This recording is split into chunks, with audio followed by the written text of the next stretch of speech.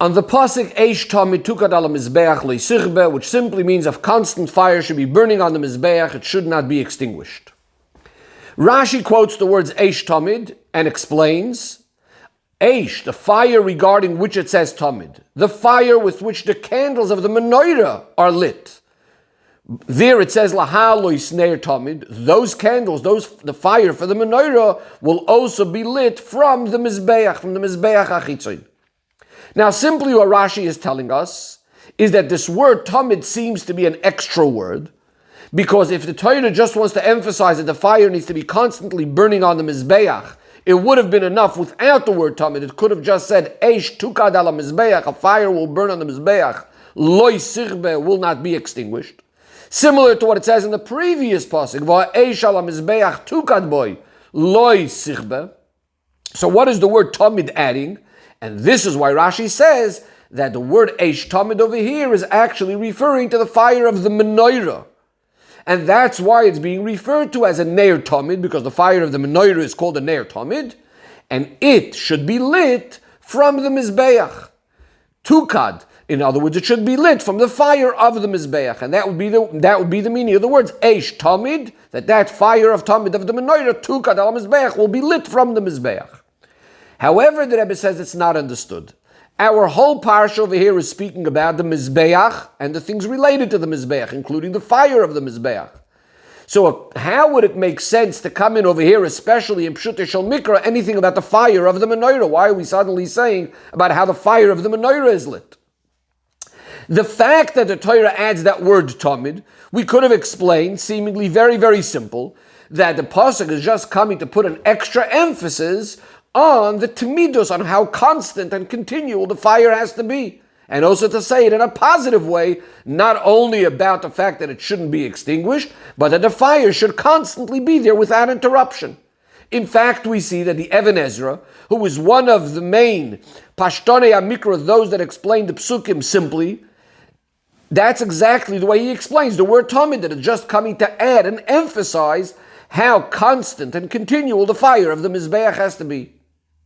Now, even though it's true that Rashi takes his words from the words of the Razal, nevertheless we know, and as discussed many, many times, that even the Medrashei Chazal that Rashi brings Bepirushei al HaTorah are things that are necessary for the understanding of Pshutei Shel Mikra. Especially when Rashi doesn't even say it in the way of Rabbi Seinu Darshu, that is a special medrash, from which we understand that this Pirush is absolutely necessary for Pshutei Shel Mikra. In other words, this is what would be understood from the simple pshat of the pasuk. Furthermore, the Rebbe says, Rashi himself had previously explained, this is just one pasuk earlier, that in these psukim we have many times the word of burning, of fire burning, Yekidois Harbe, many words with a shoirish similar to moikdo. The pasuk says, Al moikdo, ve'eish ha-mizbeach tukad boy, ve'eish ha-mizbeach tukad boy.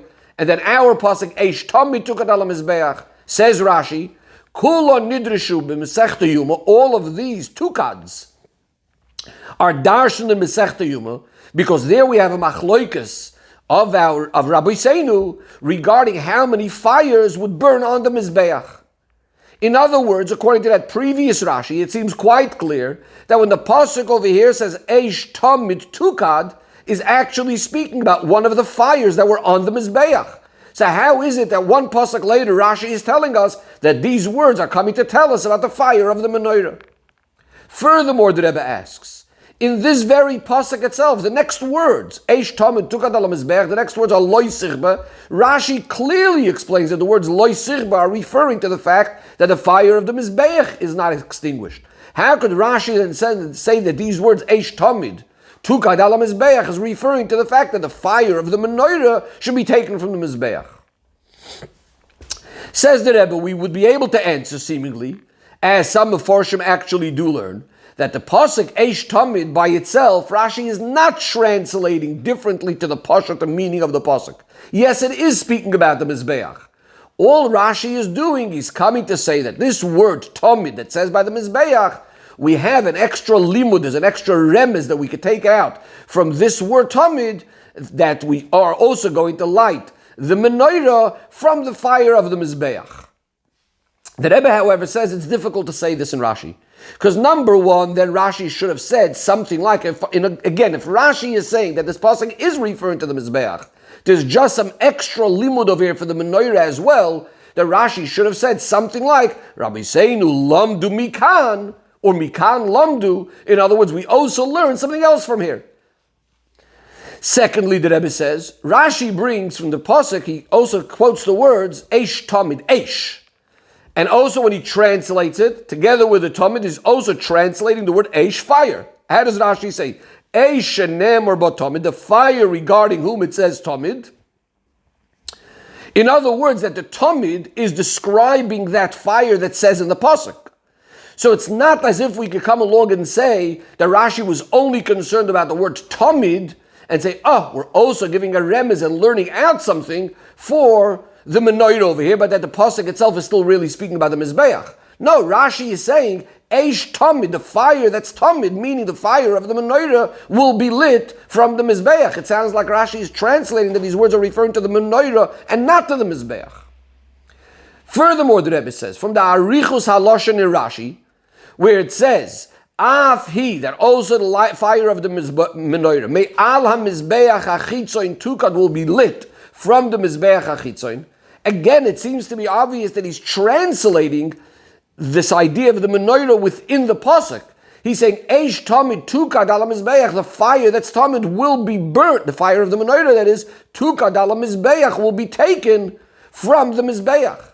So it's very difficult to say that Rashi is saying that it's referring to the fire of the Mizbeach, Eish Tamid tukad ala Mizbeach, and there's just another limud over here for the menorah. No, it sounds like Rashi is saying that's the pshat in our pasuk.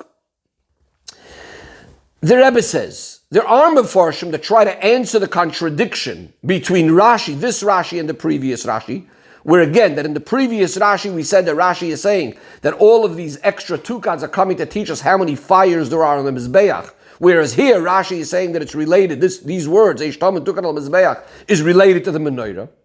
So some Mefarshim say the following, that in Masechta Yuma, these words, Eish Tamid tukad al Mizbeach, is actually not referring to those fires on the Mizbeach. Rather, all the different fires, how many fires there would be learned out from previous psukim.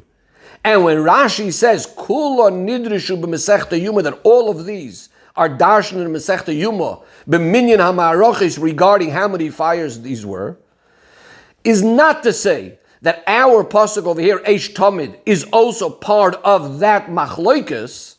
Rather, all Rashi is saying with these words is that generally, in Masechta Yuma, the Chazal are darshaning these psukim. What are all these psukim for?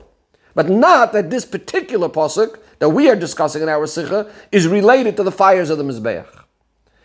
Says the Rebbe, however, based on what we know how much Rashi is medayik, how careful he is with his expressions, it's understood that this answer is completely not simple. Because if Rashi is just trying to tell us where these psukim are generally darshan in the Gemara, Rashi could have just said, Kula nidrishu b'Masechta Yuma, as we find in a number of places. Why does Rashi have to add those words that it was darshan in Masechta Yuma, where they're arguing about how many fires there were? So therefore we have to say that these words should nechluku Rabbi Seinu b'minyan ha'ma'arochis is relevant to what Rashi is trying to say. It's not just giving us a general maramakim telling us that yes, all of these psukim are darshan in Masechta Yuma. And therefore we again have the original question. In the previous Rashi, it seemed to be that Rashi was using this pasuk to add to one of the fires of the Mizbeach. And now suddenly Rashi is telling us that these words are actually telling us about the menorah. Says the Rebbe, the explanation is like this. The word Tamid, Rashi had explained already earlier by the menorah, that when the menorah is lit every single night, that's also considered Tamid. And Rashi gives an example. When it says Oilas Tamid, the carbon Tamid that comes every day, so it says Tamid, but it doesn't mean constantly, but rather, again, the fact that it's every single day, that's considered Tamid. Rashi gives another example from the Minchas Chavitin. This was a special mincha brought by the Kohen Gadol. There it also says Tamid, but it would only be brought half of it in the morning, half of it in the afternoon. So since Rashi tells us that the word Tamid generally doesn't have to mean something constant, continuous. Rather, the word tamid could just mean even something that happens every single day. It's very difficult to say that according to Rashi, when the word tamid appears in our pasuk, is coming to add in the concept of the tmidus, in how long the fire has to be burning.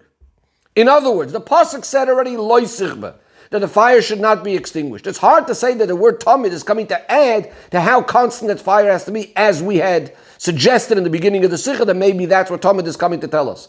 Because on the contrary, loy sichba means that the fire shouldn't be put out at all. There should never be a pause. But the word tamid by itself could have meant that it should just be just by day or just at night. Within that itself, it doesn't even necessarily have to be the whole day or the whole night, just the fact that it happens every single day or every single night. So it's hard to say that the word tamid over here is coming to add something to the Mizbeach itself, the fire of the Mizbeach. And this is why Rashi comes along and tells us that the word eish tamid over here is actually referring to a different fire. It's coming to teach us that the fire regarding which it says lahalo isneir tamid, that's the fire of the menorah, that should also be taken from the Mizbeach. Says the Rebbe, now we can understand why in that previous Rashi, where Rashi speaks about the fact that there are many different times words with the shoyrish related to moiked, yikidois harbe, many fires, Rashi doesn't just say, it says many fires, and relying on the fact that we will count them. But Rashi actually goes ahead and enumerates all the different psukim, including our pasuk eish tamid. Another point that Rebbe says, the arichus of Rashi.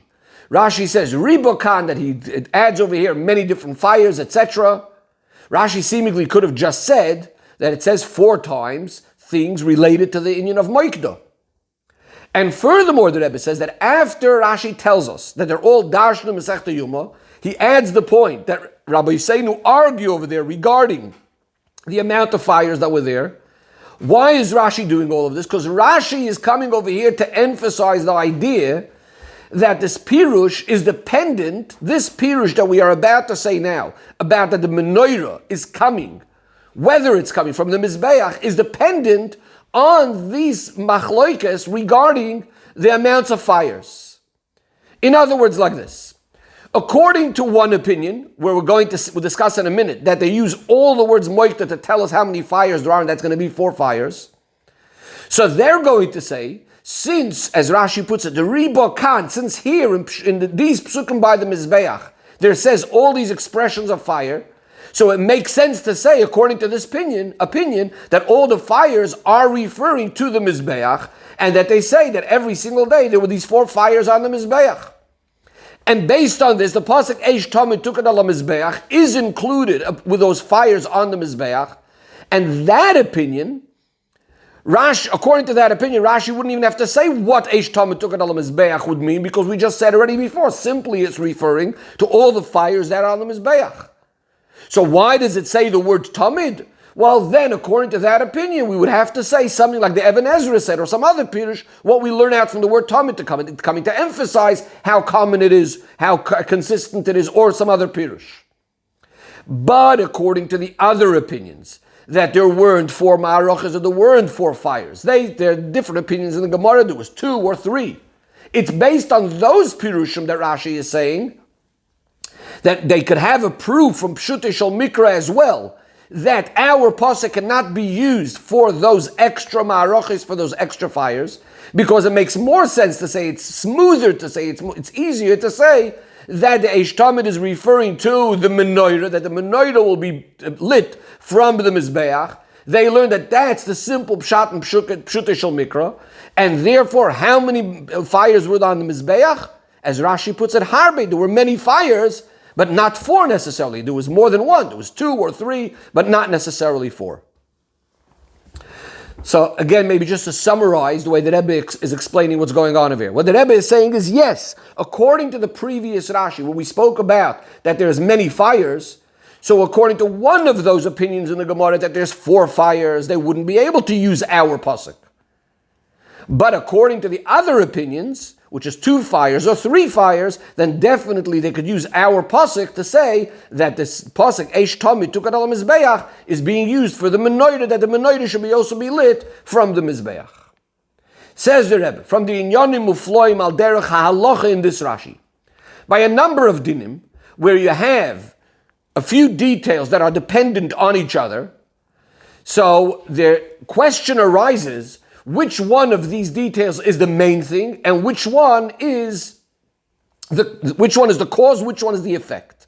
Which aspect is causing the other? And the Rebbe gives an example. By Shtei HaLechem. Shtei HaLechem are, of course, those two loaves that are brought on Shavuos. And the halacha is that these Shtei HaLechem, which are brought from wheat, has to be mincha chadasha, it has to be from the new grain, from the new wheat. And that before the Shtei HaLechem were brought on Shavuos, you would not be allowed to bring any other mincha, any other flour offering in the Beis HaMikdash. So the question is as follows. What is the main thing? What is the cause and what is the effect? In other words, is it a halacha in the Shtei HaLechem that they absolutely must be the first mincha of the new grain, and as a result of that, you cannot bring any other minchas, anything else from the new grain until that's brought, because that absolutely has to be brought first? Or is it really a halacha as part of the other menachos, that the other menachos, in order for them to be brought, there is something that needs to permit them, that needs to allow them to be brought? In order to bring the new menachos from the new grain, from the new flour, you first had to have the Shtei HaLechem, and once they were brought, that's going to allow any other menachos to come to be. What would be the practical difference from this? So the Rebbe says there's a number of things, but the Rebbe mentions one. So say, for example, someone went ahead and was makriv a different mincha from the new grain before the Shtei HaLechem were brought. So the question now is, do we need to have the Shtei HaLechem to allow other menachos to be brought? Do other menachos still have that isur of bringing them without the Shtei HaLechem? And the Rebbe explains, if the reason was that the Shtei HaLechem need to be the first of the new grain, so if the Shtei HaLechem is not the first anyways, so you cannot say anymore that there's an isur to bring any of the other ones, because the Shtei HaLechem are not going to be first either way. They weren't first already. Something else was brought first. And therefore, now you can go ahead and bring other menachos from the Tvua Chadasha. If, however, the point was that you cannot bring any menachos before the Shtei HaLechem are brought, so then, even if something else was brought, you still cannot bring any other menachos from new grain until the Shtei HaLechem are going to be brought first, in order to allow those menachos to take place. Says the Rebbe, in a similar way we can apply it to our case. We have the obligation to light the menorah from the outer mizbeach.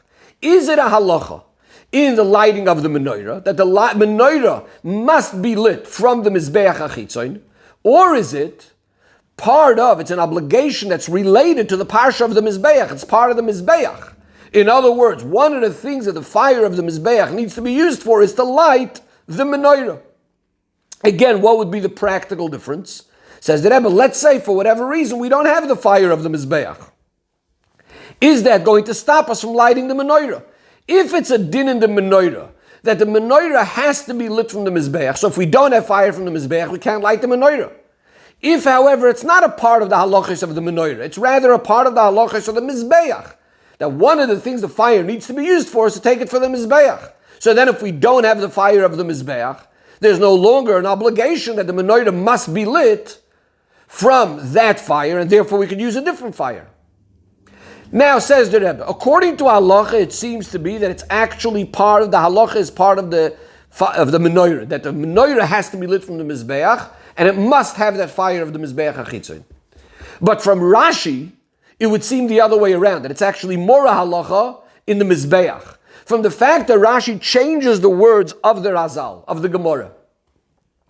The Gemara says, Eish tamid sha'amarti l'cha, the fire that I told you, the fire of the menorah, where should you get it from? You should get that fire from the mizbeach. So that sounds like, if the fire is coming, the fire from the menorah, make sure to take it from the mizbeach. Rashi is discussing the mizbeach, and he says, Af hi, me ala mizbeach achitzon tukod. So he says like this, that also, we're speaking about the mizbeach, and now we're saying that also the menorah should be lit from the mizbeach. That seems to be implying that it's a halacha in the mizbeach, that the fire needs to also be used for the fire of the menorah. Especially, the Rebbe says, that if you take the psukim simply, since the Torah is putting out this limud for the menorah within the story, within the parsha, the halachas of the mizbeach achitzon, and not in the parsha menorah, it sounds more like it's a halacha within the mizbeach. Says the Rebbe Doirov, from all of this in Avodas Hashem, the kelim that were in the Mishkan and the Mikdash generally are divided into two categories. We have the kelim that were standing on the inside in the Heichal, and that's things like the Mizbeach HaPnimi, the inner Mizbeach. We have the Menorah, and we have the Shulchan, and then we have the Mizbeach HaChitzon, the outer Mizbeach.